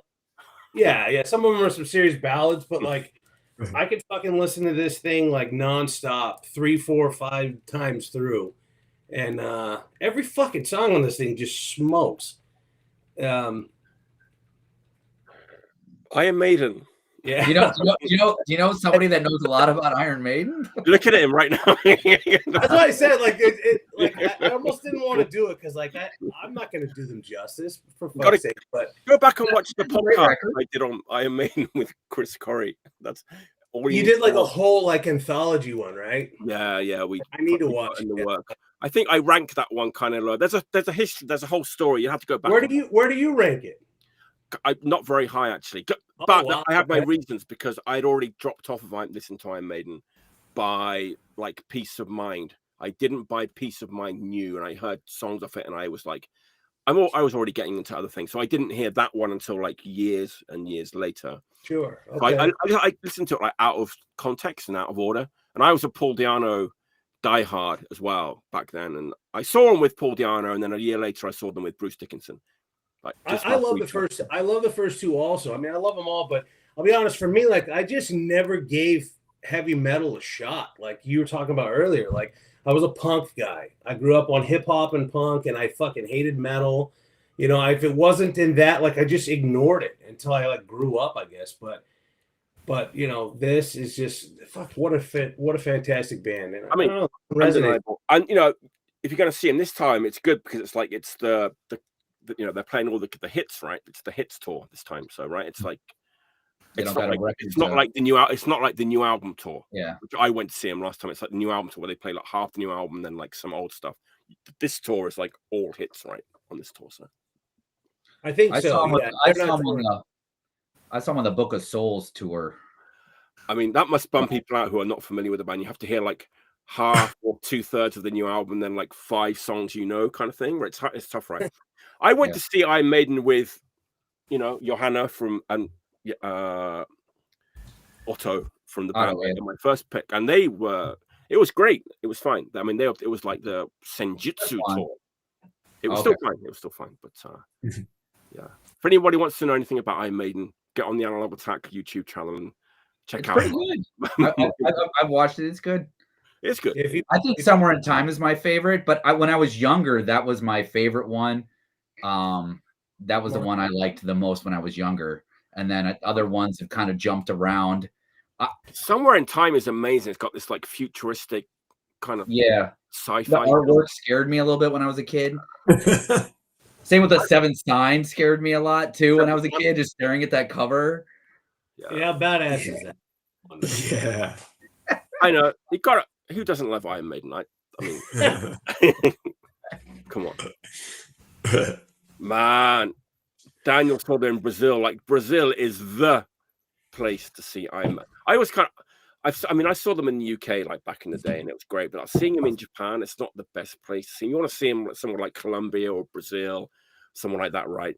Where the audience is like going crazy and so passionate about the band. Like, that's where you want to go and see Iron Maiden if you can. But like, go see him in Tinley Park and people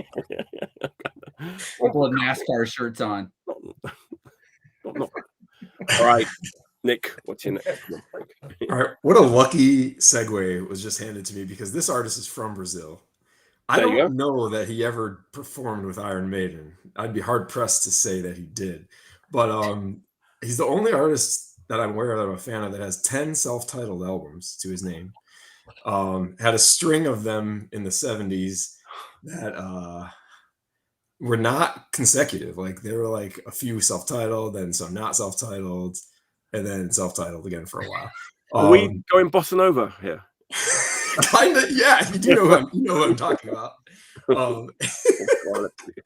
But there's a little bit of straight edge here. Is this was a man who was very much not straight edge until he joined a cult, and he stopped drugs, drinking, everything.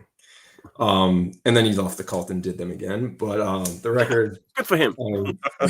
This is a record I play a lot currently because I have a 1-year-old son, and he actually really enjoys it. And it's been a hit, causing some bouncing around in the house. And it is Tim Maya, I believe is the correct pronunciation. And he is like is this who you thought I was? No, I thought you were going to go with like Sergio Mendes. Okay. He's like, he was like a pop artist, but like more like inspired by American soul music. Okay. But like there's a lot of funk elements, and like I can't really even talk enough about the genres because I'm not well versed. But most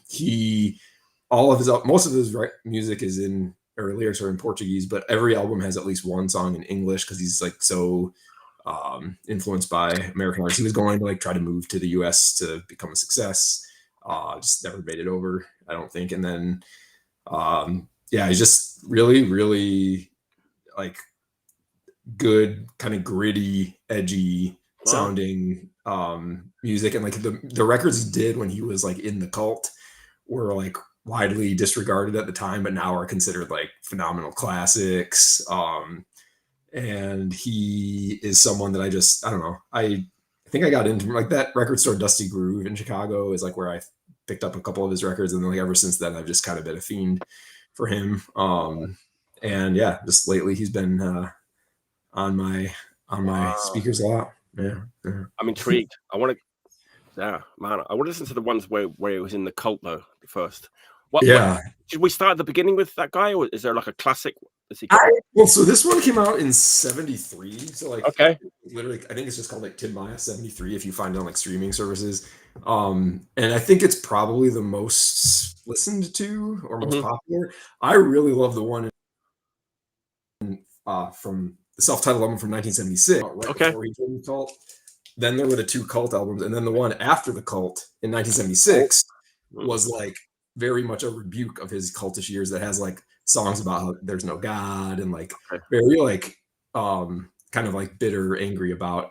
Someone said he had a disco record. I don't think I've heard a disco record, which I want to. There's a million records I've never heard of his. But the 1976 self-titled album is probably my personal favorite. I don't know if that's like what is highly regarded of his. But apparently the disco record is wildly good, which I can't wait to hear. Yeah, to know what's on it. The floodgates have opened. Wow. Nice. Thanks. Beautiful. All right, last round. Time's flying. Cheers.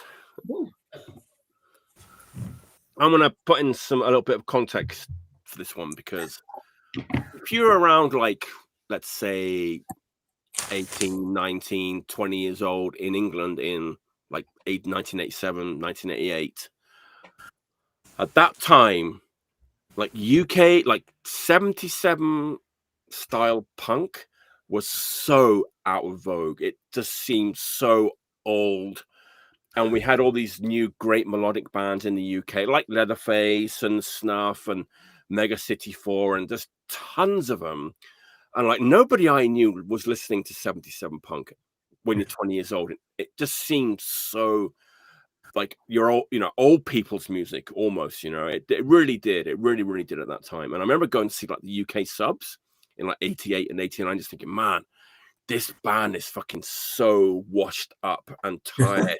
And that was like 1988, and like they probably actually weren't that bad, but to my like 20-year-old ears, I just thought it was horrible. And that kind of like made me double down even more on my like 77 Punk is basically like Elvis Presley or any old-timey music, right? So, but at the same time, it was like Mega City 4 and Leatherface. There was a whole bunch of other bands, like The Business were getting kind of more melodic.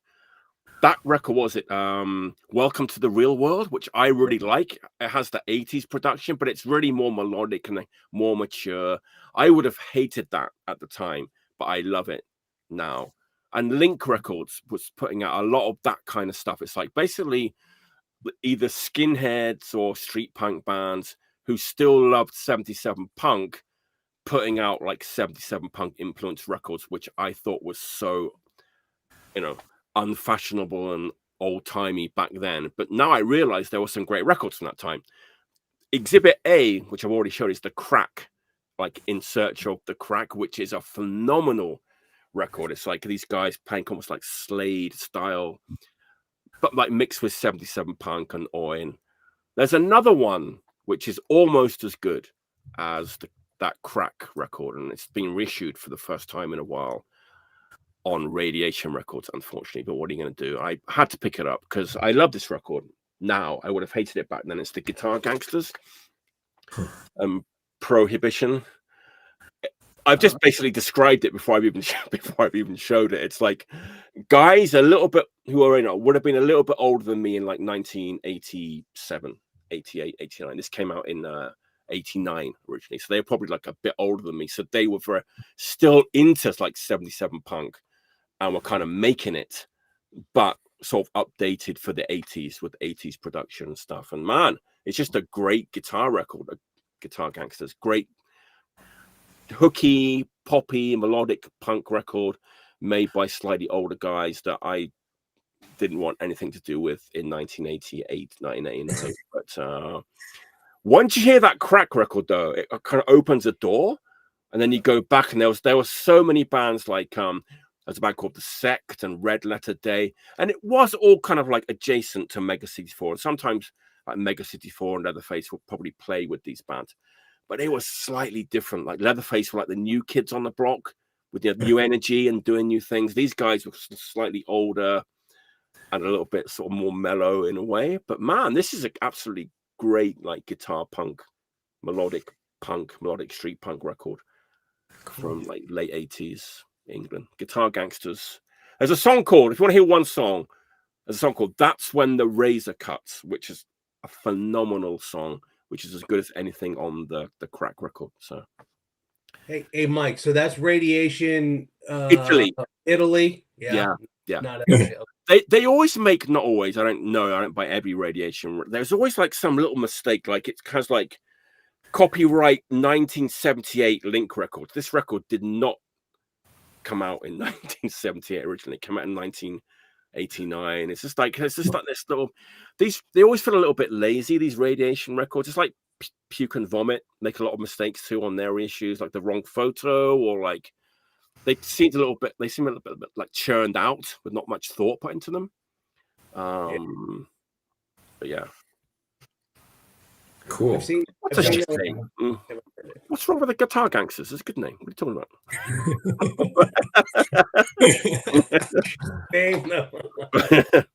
There you go. Anyway, that's my last pick. As bad as the Whiffs, but We've already had the Whiffs and like I don't know, some other stuff. Prohibition. Yeah. Cool.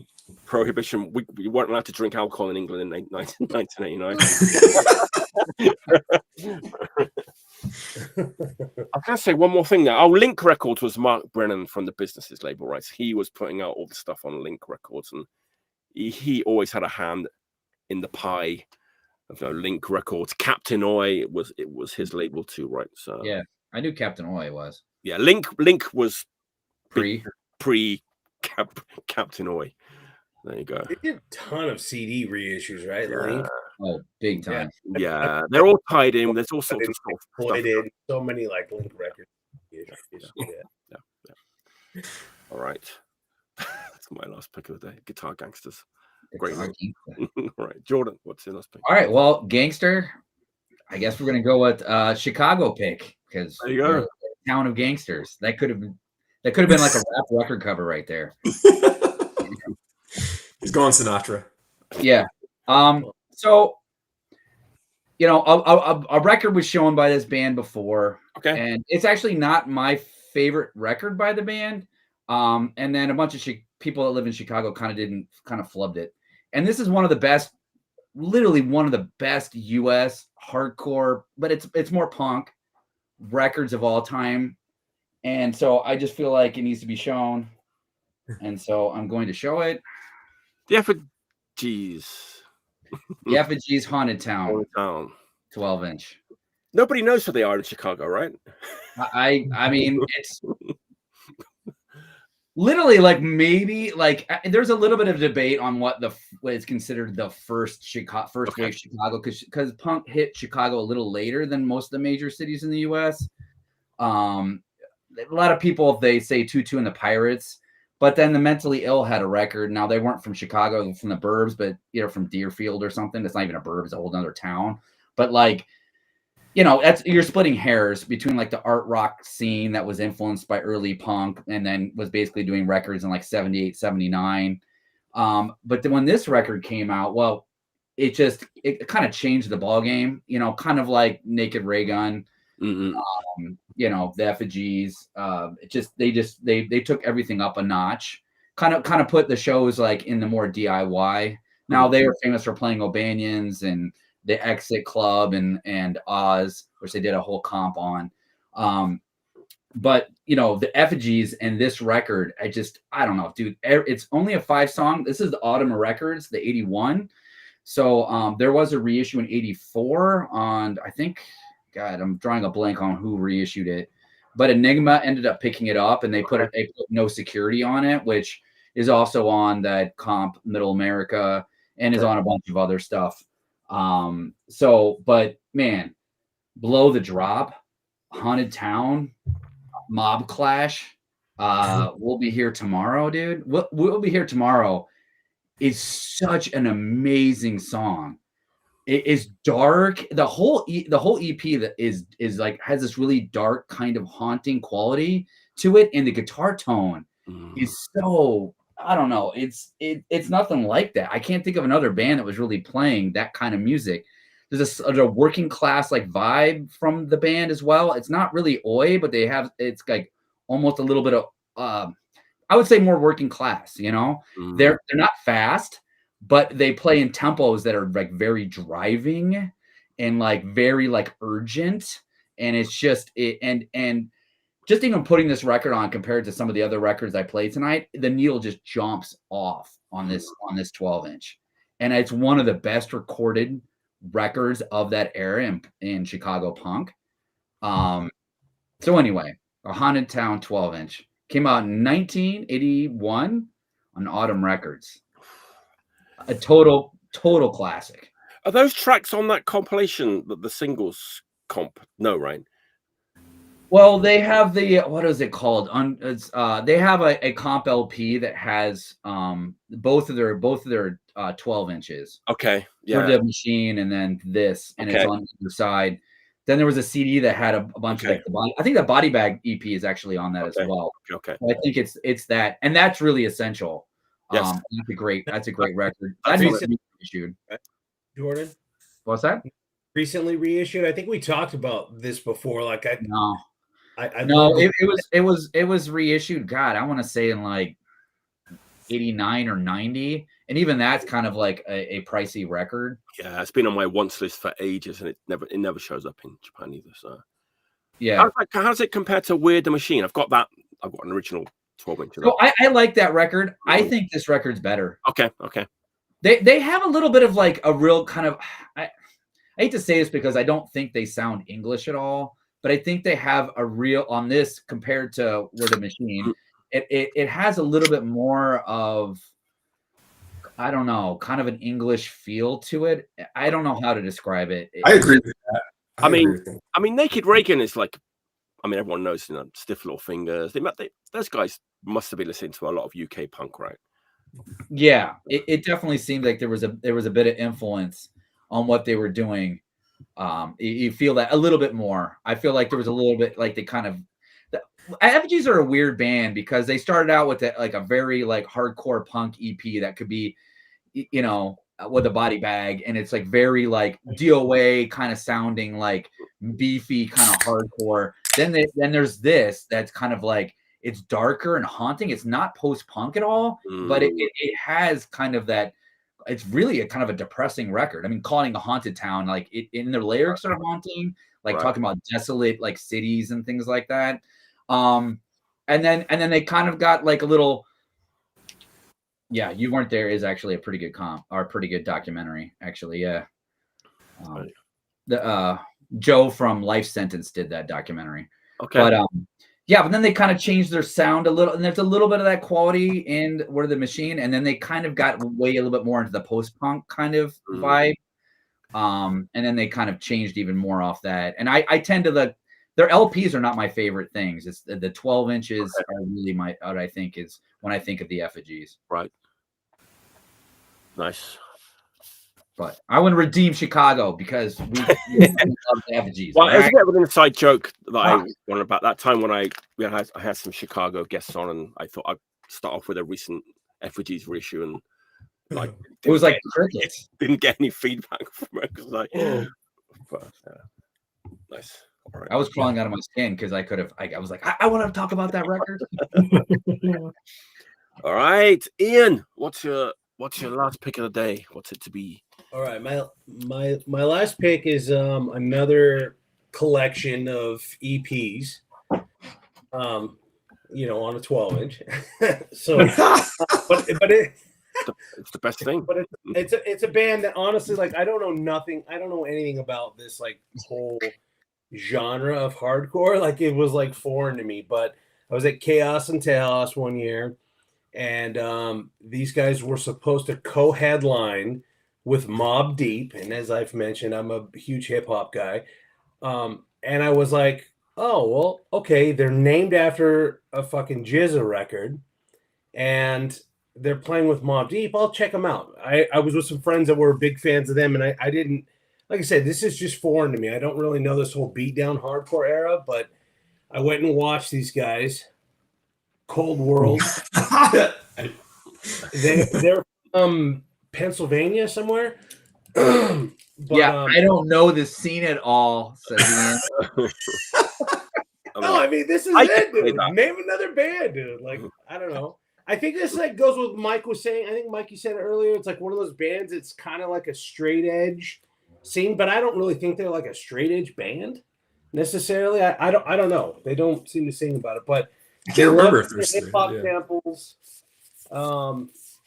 They're, like I said, they're named after a Jizza record, and they have all kinds of Mobb Deep and samples of the sort. But really? Unfortunately, that night Mobb Deep didn't play. They ended up canceling. But I got to see Cold World, and the most insane fucking mosh pit I've ever seen in my life. Like, the way people moved for this fucking band blew my mind. Like, it was terrifying. I'm not scared by a whole lot of shit. That shit was fucking terrifying because I knew that meant death if I went in that pit. And that's the day I realized my age. But Cold World, man, after seeing them live, like, I was fucking sold. I was hooked. And this record here is called No Omega. 6 Feet Under put it out. And like I said, it's just a compilation of all their 7 inches, all their early EPs, really great songs. I used to have all the 7 inches, but this is really good shit. And I think I don't know if they're still doing shows, but they reunited recently and played in New York. Got to go down and watch them, and it was just as wild as I remember in Texas, like 15 years ago. But yeah. So is it wild in the sense where people are just constantly stage diving, or is it some kickboxing shit going on? Wasn't that like pre-kickboxing era though? Of like, it's more of just stage diving, like one after another, and everyone trying to like one up the next guy's like fucking move, you know? No, yeah, it's not like meathead bullshit where you're just gonna get your ass kicked. Well, you probably would, but yeah, it's the stage dives, man. People just go fucking nuts. Like they literally lose their minds, and like death is not an issue anymore. It was insane. I've seen anything like it.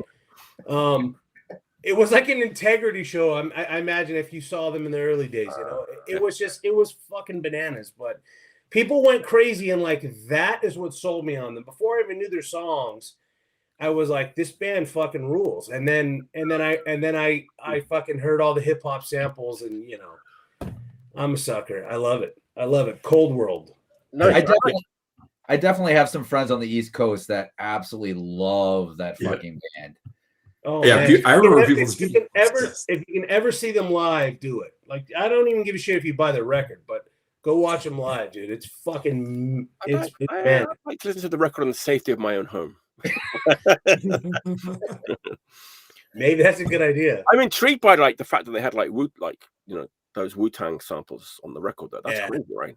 That's crazy. Yeah. Did they even have like a guest? Yeah, I mean, they even like fucking rhyme some of the lyrics into their songs and stuff, which is like really cool. You know, for if you're a fan of both genres, like I always have been. You know, it's hard to not fall hook, line, and sinker for that shit. Wow. Ian, didn't they have some like prominent guest on one of their songs, like actually record with them? I can't remember. Yeah, they've had a few hip hop artists like come and do songs with them. Off the top of my head, I couldn't tell you, but yeah, they have definitely had artists come and do tracks with them, like a demo. That's really cool. Cool G Rap was on. Oh wow, that's a big name, man. They got Cool G Rap to do a track with them on their last album, Where the Gods Chill, I think it was called. How the Gods Chill. That's wild. He's like OG. He's old school. Yeah, I mean they went back. Godfather, man. That song, the Godfather, Cool G Rap. Yeah, and that's I think the same year Bushwick Bill actually played at Chaos and Tejas, and unfortunately I fucking missed that. But yeah, it was like Mobb Deep with Cold World. I was like, holy shit, I have to go. Unfortunately, Mobb Deep bailed, but there you go. Yeah, when Manipulation played Chaos and Tejas, we were supposed to play with Killing Joke. But this singer like disappeared in like Africa or some Middle East or something, and so they had to cancel. They canceled a whole tour because he disappeared. Man, they missed a chance to support Manipulation. They fucking blew it, dude. I know. I didn't even care about the set. I wanted to go see them play, and I'm like, God man, damn. but Timmy used to put on the best fucking insane shows. Like that was great shit. Those were good times. Good days. Yeah. Miss that fest. Yeah. I never went. It's a big regret that I never went. I lived through it vicariously through many friends, but all right. The last pick of the day. Oh, all right. A lot of pressure. Pressure. Make it count. Make it count. Got it. So this is a record I feel like I have tried. I've like recommended to people many times. I feel like I always get a very lukewarm response, or like just not quite clear on if it hits for them. That's me every week on the show. you probably develop a thick skin after some time. But I'm going to keep recommending it because it's a record that it came out in 1989. I think this actually is a straight edge band. It's definitely like a straight edge label that it came out on, and they had like a couple LPs on Jade Tree that I actually have literally never heard. I don't know why I never like dug any deeper, despite how many times I listened to this song. Wait, is it? Because it's on Jade Tree. Well, I mean, maybe, but I've dabbled in some Jade Tree. I remember Ashes to Rise used to get Ashes to rise. But I think Joe Reedman, Jordan, right? I think Joe Reedman actually like got me into this record when I was like a really young teenager. And it was like also probably recommending it as kind of like a thing that gets overlooked, but it's this Richmond band, Four Walls Falling. Four Walls Falling. Yeah, I know that band. Yeah. And the cover art is like kind of misleading, I'd say, because it makes it look like a really generic Youth Crew record. And like I won't say it doesn't have some of those like stylistic tendencies, but like, you know, it's got, I mean, the cover is like pictures of things he's rejecting, and the money's the big one, which is kind of a giveaway. Like this is deeper. Oh, sweet. Someone in the chat is there you go, Daniel. Fan. I love to hear it. But yeah, like the first song is called Greed, and it's like kind of, I'd say it's like without being overtly like political. I mean, I think they are actually pretty political, but it's like pretty much like an anti-capitalist anthem. And it is a band that, I mean, the funniest thing on the cover to me is like the live girls sign here, which I think doesn't often get, like, a strip club isn't often like part of the straight edge like band thing. not back like, you know, back behind the scenes. Yeah, exactly. So I don't know. What's funny is I didn't know until like literally a couple hours ago that this got reissued. This came out in 1989, but it got reissued I think 5 years ago. And they did completely new, like more cartoonish cover art that's like a riff on this same theme, but like different stuff on the cover. Wow. Which I thought was kind of interesting.